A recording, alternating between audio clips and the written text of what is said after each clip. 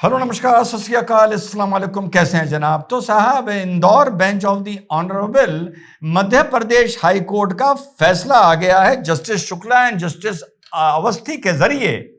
जो लड़ाई कई वर्षों से चल रही थी कि जो वहां पर मंदिर है या मस्जिद है का डिस्प्यूट था, बात हो रही है धार की भोजशाला मध्य प्रदेश की।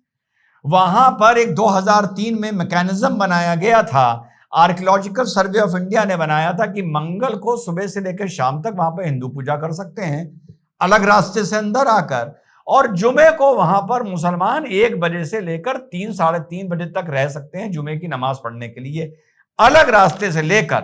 वो फैसला आ गया है मध्य प्रदेश हाईकोर्ट का कि वो डेडिकेटेड टू मां सरस्वती एक मंदिर है जिसको वहां वाग्देवी भी बोला जाता है।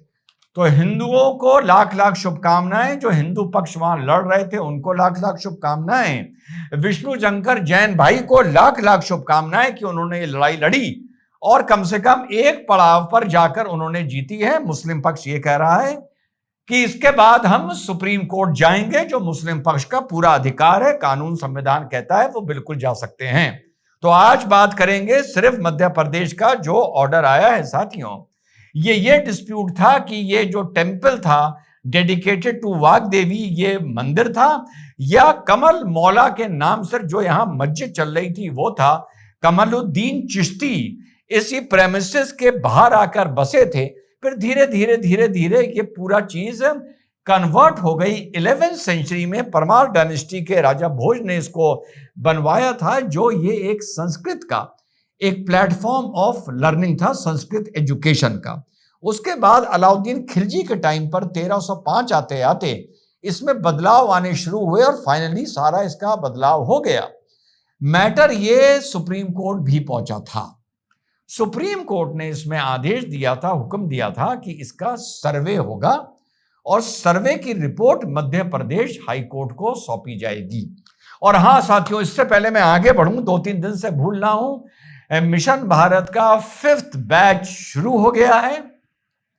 शानदार कार्यक्रम हुआ। हमारे मित्र बेंगलोर से आए थे, मिस्टर सरन, जिनका इसमें बड़ा अच्छा अहम कंट्रीब्यूशन रहा है। तो ये डेवलपमेंट हुआ, नया बैच आ गया है और सारा डेमोन्स्ट्रेशन पिरामिड का, लाठी का, आर्म्स का और उसके बाद वेपन के साथ मार्चिंग सिखाई गई है बच्चों को, उसका हुआ। और अब हम 10 बच्चों पर 5 कंप्यूटर्स यूज करते थे, अब हम 10 बच्चों पर 10 कंप्यूटर्स यूज करेंगे। जल्दी जल्दी 5 रिफर्बिश्ड कंप्यूटर्स भी वहां पर लगने जा रहे हैं। नया बैच भी आ गया है, बहुत छोटे छोटे हैं, इनकी भी ट्रेनिंग शुरू हो गई है।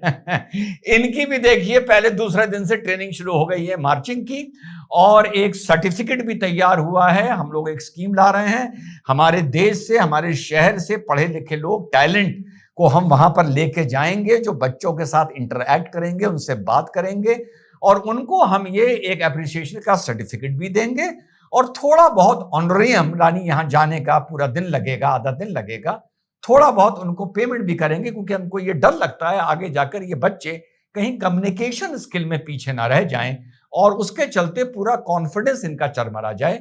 तो ये भी हम स्कीम लेके आ रहे हैं। Thank you so much. हाँ तो साहब, इसमें सुप्रीम कोर्ट ने यह कहा कि भाई इसका सर्वे होगा।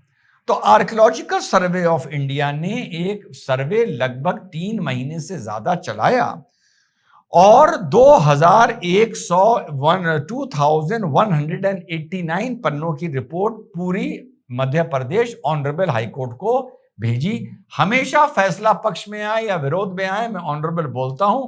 कोर्ट्स कभी कभी निराश करते हैं, कभी कभी आपका काम कर देते हैं सबूतों के चलते, तो कभी गरियाना नहीं चाहिए, आलोचना आप कर सकते हैं न्यायालय की। तो साहब ये बहुत बड़ी घटना है। और हुआ कैसे? प्लेसेस ऑफ वर्शिप एक्ट बीच में कैसे नहीं आया? प्लेसेस ऑफ वर्शिप एक्ट 1991 हमारे बीच में नहीं आया क्योंकि ये property archaeological survey of India के अधीन थी। ये प्लेसेस ऑफ वर्शिप एक्ट भी कहता है। और ये भी वो एक जगह है जिसको संस्कृत की कोई पीठ बताया जाता है, द प्लेटफॉर्म ऑफ लर्निंग, जो चीख चीख कर कहती है कि मुझे किसी हिंदू ने बनाया है। वहां की दीवालों तक पर देवी देवताओं की आकृतियां वहां पर कार्व्ड है। और साहब देखिए इस देश के साथ क्या हुआ कि कहीं तो एक संस्कृत की सीट ऑफ लर्निंग मस्जिद बना दी गई और कहीं अंग्रेज 19th सेंचुरी में वहां पर जो वाग्देवी जी की मूर्ति थी, जो मेन मूर्ति थी जो वहां पर लगाई गई थी उस जमाने में 11वीं सदी में, उसको वो लेकर यूके लंदन चले गए और वो लंदन म्यूजियम में आज भी है। तो इस पर हाई कोर्ट ने यह भी बोला है कि सरकार चाहे या ये पार्टी चाहे, जो भी हिंदू पक्ष है वो भी इसके लिए गवर्नमेंट पे दबाव बना सकता है कि यूनाइटेड किंगडम से वो मूर्ति वापस आनी चाहिए। और साथ साथ उन्होंने मुस्लिम पक्ष से भी ये बोला है कि आप गवर्नमेंट को, मध्य प्रदेश गवर्नमेंट को अपील करिए कि धार डिस्ट्रिक्ट ही में आपको कहीं उसी शहर के आसपास जो वॉर्ड सिटी है, आपको वहां पर एक नई मस्जिद बनाने के लिए जमीन दे दी जाए। ये फैसला है हाई कोर्ट का। अब जैसा मैंने वीडियो के बिल्कुल शुरू में बताया कि मुस्लिम पक्ष के पास जो भी साक्ष्य हैं उसके आधार पर वो सुप्रीम कोर्ट जाना चाहते हैं, जिसका उनको पूरा अधिकार है। लेकिन वो वाली बात कि वहां के कॉरिडोर्स, वहां की दीवारें चीख चीख के बोलती हैं कि ओरिजिनली हम मंदिर ही थे, हम मस्जिद नहीं थे। तो बहुत बड़ी उपलब्धि है। एक खामखा का बवाल था कि मंगल को वो मंदिर में कन्वर्ट हो रहा है, फ्राइडे को वो मस्जिद में कन्वर्ट हो रहा है। मुझे ये समझ ही नहीं आता कि अगर जिद की बात छोड़ दो तो ऐसा कैसे हो सकता है कि एक जगह मंगल को मंदिर में कन्वर्ट कर दी जाए और फिर फ्राइडे को वो जगह फिर से मस्जिद में कन्वर्ट हो जाए और नमाज वहां पर जायज हो जाए। तो ये एक वो केस है कि जहां पर आर्कियोलॉजिकल सर्वे ऑफ इंडिया की जो रिपोर्ट है वो बिल्कुल क्लियर है। राम मंदिर को लेकर जो नीचे से एक्सकेवेशन हुआ था उसमें बहुत सी चीजें मिली थी, कम से कम 500 चीजें मिली थी छोटी बड़ी मिलाकर, और वो कोई भी इस्लामिक आर्किटेक्चर पे से मिलती नहीं थी, पर्शियन आर्किटेक्चर से मिलती नहीं थी। जो भी वो चीजें थी वो सनातन या हिंदू रिलीजन से मिलती हुई थी। तो ऑनरेबल सुप्रीम कोर्ट ने जब राम मंदिर का फैसला सुनाया था उसमें इस एक्सकेवेशन का भी जिक्र किया था, लेकिन बाद में उसको इस तरीके से प्रेजेंट किया जाता है नैरेटिव बनाने के लिए कि राम मंदिर का फैसला जो भी आया वो आस्था के आधार पर आया। नहीं, ये गलत बात है। ऑर्डर में जो एक्सकेवेशन हुआ था और जो चीजें सनातन से जुड़ी हुई निकली थी, बाबरी मस्जिद जिसको माना जाता था उसके नीचे से, और 1 2 4 नहीं, कैसे तो हमारा घर भी खोदोगे तो यहां से कुछ ना कुछ मिल जाएगा, खुदा ना करे, पहले का। लेकिन वहां पे 500 चीजें मिली थी।